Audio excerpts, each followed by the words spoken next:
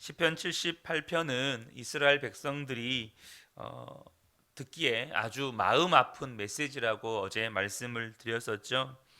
그것은 이스라엘 백성들이 하나님 은혜를 받고 살면서도 늘 하나님을 배신했다라고 그들의 치부를 들추어내는 메시지이기 때문에 그렇습니다. 또한 이 시편 기자는 단순히 이 말을 이 이스라엘 백성들에게 잘 들어라라고만 이야기하지 않고 자손들에게까지도 전해주라고 이야기합니다.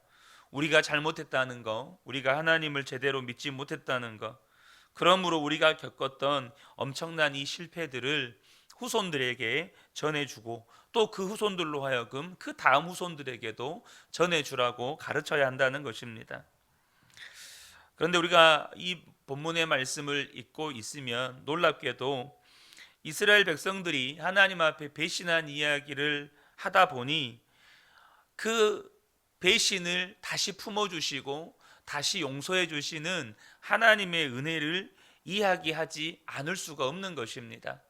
제가 어제도 나누었지만 우리가 우리의 자녀들에게 나의 실패담을 이야기하는 것, 나의 범죄담을 이야기하는 것, 내가 하나님을 배신한 것을 이야기하는 것은 이미 내가 이야기하고 있다는 것 자체로 내 안에 하나님의 은혜가 있다는 것을 의미한다고 말씀을 드렸습니다. 여러분, 은혜를 모르는 사람은 늘 위선적입니다. 은혜를 모르는 사람은 언제나 자신의 연약함을 감추기 위해서 노력합니다. 그러나 하나님의 이 은혜를 아는 사람은 여러분 내 연약함을 이야기하기 시작하는 겁니다. 내가 누군가에게 나의 실패를 이야기하는 것, 내가 하나님 앞에 심지어 범죄한 것까지 이야기를 하는 것, 그것은 내 안에 하나님의 은혜가 있다는 것을 의미하고 있다는 것이죠. 하나님은 이스라엘 백성들이 하나님을 배신하면 용서해 주셨습니다. 또 배신하면 또 용서하고 품으셨습니다. 9절부터 66절까지 말씀을 요약하면 사실 다 그 이야기입니다. 여러분, 이스라엘의 역사를 정말로 압축하면 배신과 사실은 용서의 역사입니다. 하나님 앞에 배신하면 하나님은 또 그들을 용서하시고 품어주시고, 사실 이스라엘 역사를 압축하면 그 문장으로 표현할 수 있게 되는 것입니다. 하나님이 이스라엘 백성들을 애굽에서 구원해 내시고 가나안 땅에 들어가기까지 이스라엘 백성들을 인도하셨습니다. 그런데 이스라엘 백성들이 하나님께 그런 은혜를 받으면서도 끊임없이 하나님께 원망하고 불평합니다. 물을 달라, 먹을 걸 달라, 또 고기를 달라. 하나님께서 이스라엘 백성들에게 진노하시지만 결국은 그들이 원하는 것을 다 들어주십니다. 하늘에서 만나 주시고 반석에서 물을 내시고 또 하늘에서 고기를 떨어뜨려서 먹이십니다. 동풍으로 메추라기를 몰고 오셔서 정말로 바닥에 쌓일 만큼 떨어뜨리시죠. 하나님이 메추라기를 먹이긴 하시는데 또 하나님이 그들을 향해 진노하셨습니다. 왜냐하면 이 메추라기를 먹을 때 그 사람들이 얼마나 탐욕적으로 메추라기를 움켜쥐고 먹는지 또 그것에 대해서 하나님께서 진노하십니다. 이스라엘 백성들이 그런 사람들이었습니다. 그러나 하나님께서는 끊임없이 용서하셨고 또 구름 기둥 불 기둥으로 인도하시고 그 백성을 여전히 품어주셨습니다. 이제 가나안 땅에 들어갔죠. 그것도 하나님의 은혜입니다. 그런데 가나안 땅에 들어가서 이스라엘 백성들이 뭐합니까? 우상 숭배합니다. 하나님을 잊어버렸죠. 하나님이 견디다 못해 그들이 하나님을 섬겼던 성전을 무너뜨려 버리십니다. 이방인들에게 다 포로로 끌려가게 하십니다. 그때의 비참함은 이루 말할 수 없죠. 근데 하나님께서 다시 마음을 돌이키셔서 그들의 이방인들, 그러니까 이스라엘 민족들을 멸망시켰던 이방인들 원수들을 멸하시고 이스라엘 백성들을 다시 돌아오게 하십니다. 사실 이것이 이스라엘의 역사입니다. 그런데 우리가 주목해야 할 것이 이것이 우리의 이야기일 수 있다는 것입니다. 하나님은 끊임없이 은혜를 베푸시지만 우리는 끊임없이 하나님 앞에 범죄하는 사람들입니다. 그럼에도 불구하고 하나님은 여전히 우리에게 은혜로우십니다. 여러분 이 말씀에 동의되시죠? 여전히 우리에게 은혜로우신 하나님. 67절부터 72절까지 오늘 우리가 읽었던 이 본문을 보면 하나님께서 그런 이스라엘을 위해 두 사람을 택하십니다. 한 사람은 유다고 한 사람은 다윗입니다. 그 유다 지파에서 다윗을 세우시죠. 이 이야기조차도 사실은 하나님의 은혜지요. 하나님이 이스라엘 백성들의 지도자를 세우셨는데 그 가운데 다윗을 세우십니다. 여러분 거기에는 무슨 기준이 있지 않겠습니까? 하나님께서 사람을 택하시는데 아무나 택하시겠습니까? 그런데 가만히 보면 이 유다 지파와 다윗을 볼 때 이 유다나 다윗이나 하나님 앞에 그렇게 좋은 사람들 아닙니다. 하나님 앞에 그렇게 깨끗한 사람도 능력 많은 사람도 아닙니다. 유다와 다윗은 정말 우리가 입 밖에 내뱉기도 민망할 정도로 여러분 죄인들입니다. 야곱의 12아들 중에 유다에 대한 기록이 제일 많이 나옵니다. 근데 좋은 기록만 나오는 게 아닙니다. 물론 요셉에 대한 이야기가 또 뒤에 가장 길게 나오지만 그 다른 아들들 중에 유다에 대한 이야기가 정말 길게 차지하고 있어요. 그 유다에 대한 안 좋은 기록은 여러분 잘 아시는 것처럼 며느리 다말과의 기록입니다. 우리 한국 선교 초창기에 어느 유학자가 이 성경을 읽으라고 해서 읽다가 그 유다와 다말 기록 부분을 읽다가 집어 던져버렸다고 합니다. 도무지 민망해서 읽을 수 없는 내용 가운데 하나가 이 유다와 다말 사건 아니겠습니까? 하나님이 그런 유다를 택하셨습니다. 여러분 자격이 있어서 택한 거 아닙니다. 다윗은요 그보다 더 나쁜 사람입니다. 우리가 사울 왕이 하나님께 버림받은 이유를 성경에서 볼 때 크게 두 가지를 찾습니다. 첫 번째는 블레셋과의 전쟁에서 사무엘이 안 오니까 자신이 사무엘 역할을 대신해서 하나님 앞에 제사를 드려버립니다. 또 한 가지는 아말렉과의 전쟁에서 다 죽이라고 진멸하라고 말씀하셨는데 보기에 좋은 것들을 살린 그 범죄입니다. 그런데 이것에 비하면 다윗의 범죄는 사실 실로 처참합니다. 이제 전쟁의 시기가 되어서 이스라엘 군사들이 다 전쟁터로 갔는데 이 다윗은 왕궁에 남아있다가 충신의 아내와 간음죄를 범합니다. 아이가 생기니까 이 허물을 덮기 위해서 이 우리야를 살인 교사를 해서 죽입니다. 여러분 그런 다윗을 하나님이 택하셨습니다. 여러분 이것이 무엇을 말해주는 겁니까? 하나님의 은혜를 말해주는 겁니다. 유다를 택하시고 다윗을 택하신 건 자격 없는 자를 하나님이 택하시고 자격 없는 자에게 값없는 하나님의 사랑을 부어주시는 것을 그대로 보여주는 것입니다. 그런데 이 다윗에 대한 이야기를 하실 때 하나님께서 72절에 다윗에 대한 이야기를 하십니다. 이에 그가 그들을 자기 마음의 완전함으로 기르고 그의 손의 능숙함으로 그들을 지도하였도다. 우리가 이 다윗에 대한 이야기를 읽으면 이런 생각을 할 수 있습니다. 하나님이 다윗을 택한 것은 이 다윗이 표준 세번역으로 보면 한결같은 마음으로 그 양들을 기르고 또 슬기로운 손길로 그 백성들을 인도했구나. 그래서 하나님께서 이 다윗을 택한 것처럼. 그런데 이것은요 결과입니다. 왕으로 세움 받은 이후에 다윗이 어떻게 백성들을 섬겼는지를 기록한 내용입니다. 여러분 다윗이 목동으로 있을 때 성실히 양을 돌봤기 때문에 이스라엘의 왕으로 맡기신 걸까요? 당시 여러분 목동은요 굉장히 천대받던 직업군이었습니다. 그러니까 당시 도둑놈 사기꾼들 하면 지목받는 사람들이 목동들이었습니다. 그런 목동들 중에서 성실하고 한결같이 솜씨 좋은 손길로 양들을 돌봤으니 좋은 목동이겠구나. 이제 왕의 자질이 보이는구나. 그래서 하나님이 다윗을 택했다. 그렇게 이해하면 하나님을 잘못 이해하고 있는 겁니다. 좀 성실하고 조금 손기술이 좋아서 양을 잘 이렇게 돌봤기 때문에 왕으로 선택하신 것이 아니냐는 겁니다. 다윗이 어떤 목동이었기에 하나님께서 다윗을 선택하셨을까요? 그 내용이 골리앗과 싸우기 전에 사울 왕에게 허락받기 위해서 했던 말 중에 다윗이 자신의 양떼와 또 가축을 어떻게 길렀는지를 이야기합니다. 사무엘상 17장 34절에서 35절을 보면 다윗이 사울에게 말하되 주의 종이 아버지의 양을 지킬 때에 사자나 곰이 와서 양떼에서 새끼를 물어가면 내가 따라가서 그것을 치고 그 입에서 새끼를 건져내었고 그것이 일어나 나를 해하고자 하면 내가 그 수염을 잡고 그것을 쳐 죽였나이다. 지금 다윗이 이야기하는 자신에 대한 이야기는 단순히 성실하고 좋은 목동의 이야기가 아닙니다.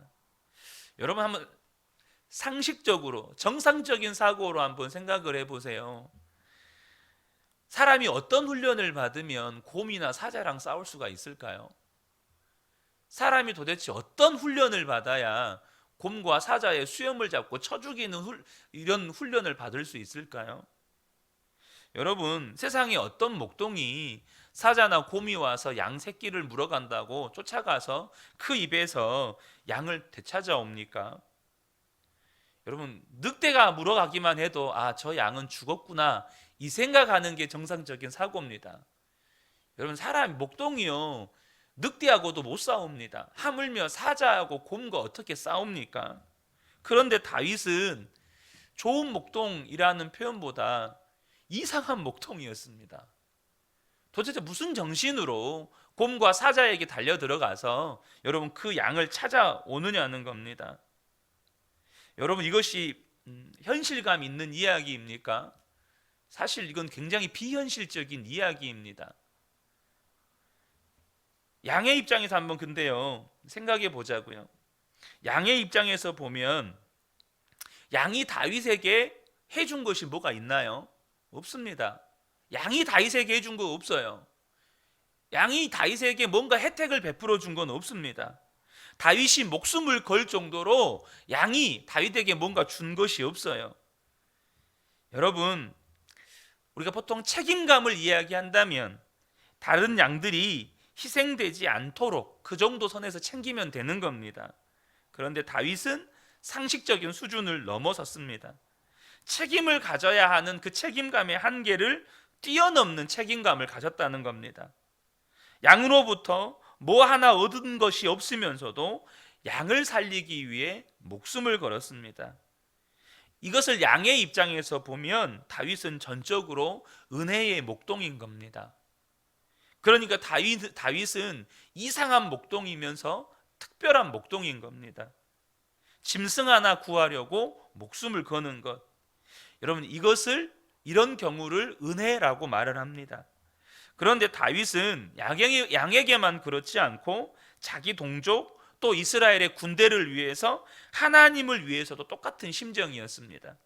사무엘상 17장 36절에 37절을 보면 주의 종이 사자와 곰도 쳤은즉 살아계시는 하나님의 군대를 모욕한 이 할례받지 못한 이 블레셋 사람이리이까 그가 그 짐승의 하나와 같이 되리이다. 또 다윗이 이르되 여호와께서 나를 사자의 발톱과 곰의 발톱에서 건져내셨은즉 나를 이 블레셋 사람의 손에서도 건져내시리이다. 여러분, 과연 이것이 10대 소년의 말로 들리십니까? 사울왕 입장에서요 10대 소년이 이런 말을 했을 때 어떤 심정이었을까요? 여러분, 사울왕은 지금 10대 소년 다윗의 말에 압도당하는 겁니다. 도대체 이 소년이 누구이기에 이런 말을 할 수 있을까? 여러분, 사울왕이 지금 골리앗과 싸우라고 10대 소년 목동을 지금 내보내는 겁니다. 여러분, 이건 말도 안 되는 겁니다. 수만의 군대가 있고 수만의 장정들이 있는데 10대 소년, 그것도 물맷돌 들고 있는 이 목동을 골리앗과 싸우라고 내보내는 것 자체가 여러분 수치스러운 일입니다. 상대방은 2m 70이 넘는 여러분 어마어마한 장신의 장군입니다. 여러분, 그런 장군 앞에 10대 소년 보고 싸우라고 내보내는 왕이 어디 있습니까? 그런데 사울 왕이 다윗에게 압도당해 버린 겁니다. 다윗의 말을 들으니까 다윗의 말이 이게 범상치가 않은 거예요. 다윗은 지금 자신이 책임져야 할 한계를 훨씬 뛰어넘어선 거예요. 지금 이스라엘 군대 가운데 누구도 이 블레셋 사람들과 골리앗과 싸우려 하지 않는 것에 대해서 누구도 비방하지 않고 그냥 나가겠다는 거예요. 그냥 나는 이걸로 인해서 죽으러 가는 길일 수 있는데, 그냥 다른 사람들이 볼 때는 죽으러 가는 길인데 상관없다는 겁니다. 하나님이 모욕받게 할 수 없다는 거예요.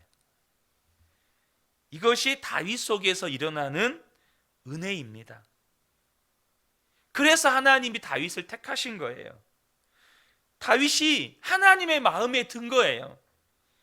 지금 하나님이 이스라엘 백성에게 그렇게 하고 계시기 때문에, 끊임없이 배신하고 끊임없이 하나님을 버리는데, 그런 이스라엘 백성들을 섬긴다고, 이스라엘 백성들을 사랑한다고 해서 이스라엘 백성들로부터 얻는 거 하나도 없는데, 그런 이스라엘 백성들을 끊임없이 용서하고 용서하시면서 자신의 아들까지 내어주신 그 사랑, 나의 심정을 다윗 너는 알겠구나.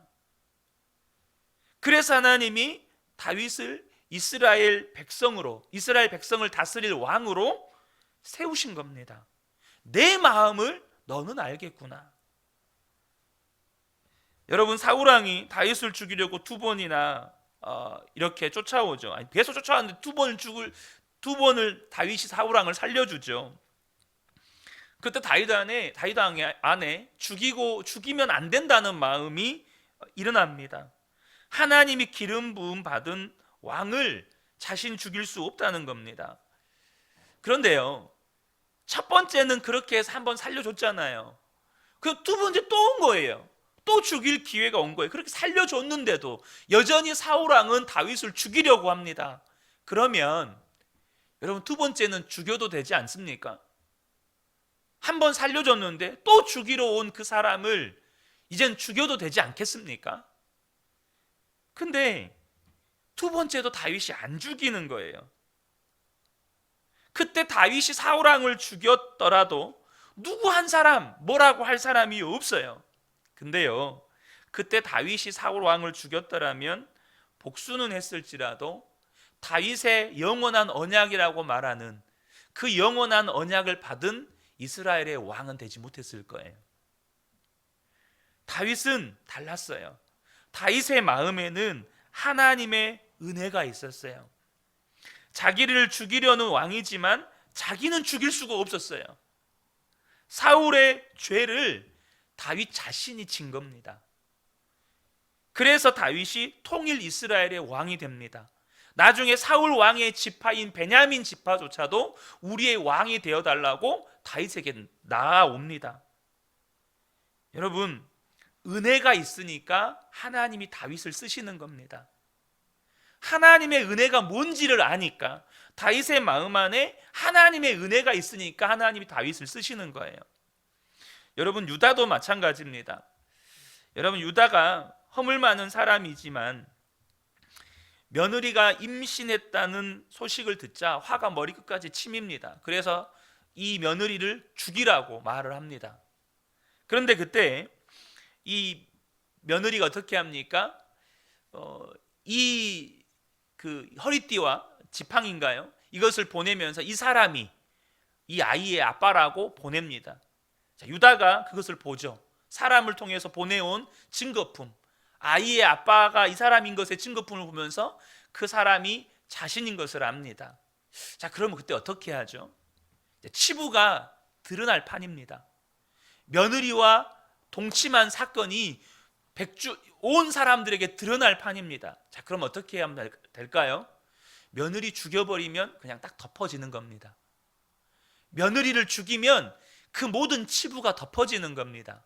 그런데 그때 유다가 어떤 선택을 합니까? 맞다, 내 죄다, 며느리가 옳다. 그러면서 며느리를 살려주고 자신의 죄를 들추어 냅니다. 그래서 예수님의 족보가 이어집니다. 유다에게 있어서 분명히 허물도 있지만 유다의 마음속에 은혜가 있는 겁니다. 다른 사람이 죽을 수밖에 없는 그 상황에서 자신의 죄를 고백하고 살려주는 은혜가 있는 겁니다. 여러분 잘 아시는 것처럼 요셉이 온 형제들의 시기를 받습니다. 유다도 시기했습니다. 유다도 허물이 있는 사람이에요.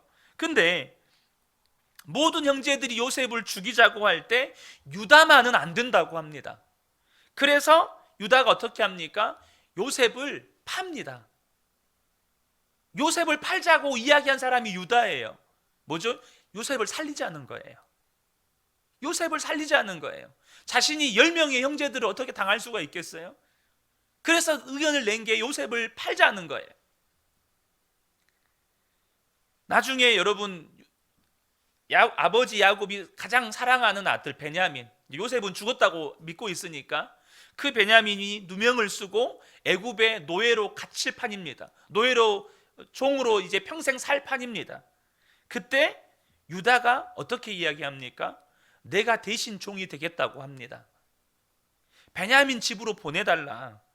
내가 집에 안 가는 것으로는 아버지가 별 말씀 안 한다. 그런데 베냐민이 안 가면 우리 아버지 죽는다. 여러분 이것은 유다 입장에서는 아픈 이야기입니다. 무슨 이야기입니까? 아버지가 베냐민을 더 사랑한다는 이야기예요. 나는 아버지한테 그렇게 사랑받는 인정받는 아들이 아니다. 나는 안 가도 아버지 괜찮지만 내 동생 안 가면 우리 아버지 죽는다. 베냐민 입장에서는 가슴 아픈 이야기입니다. 그런데 자신이 종이 되겠다는 거예요.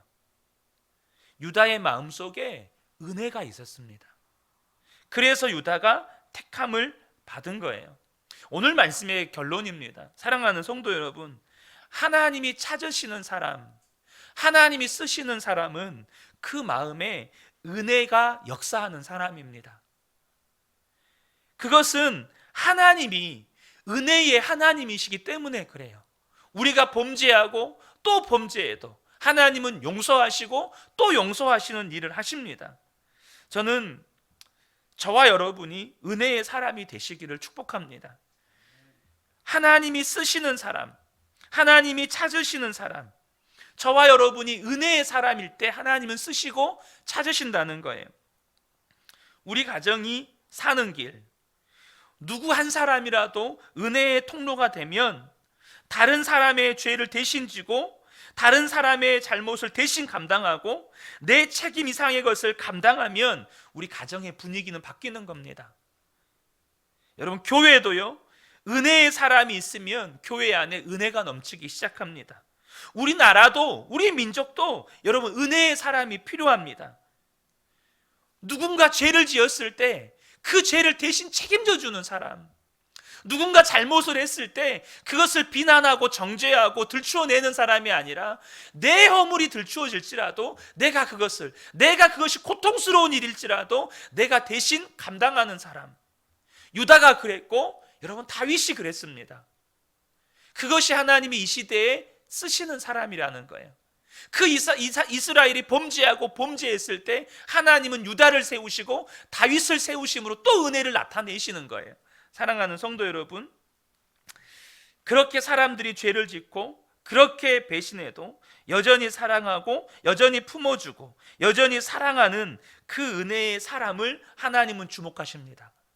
저는 우리 그 은혜 교회 가운데 하나님이 주목하시는 한 사람, 하나님이 찾으시는 한 사람, 은혜가 있는 사람, 그 마음에 여전히 하나님의 은혜가 역사하는 사람, 그 한 사람이 저와 여러분 되시기를 주님의 이름으로 간절히 축복합니다.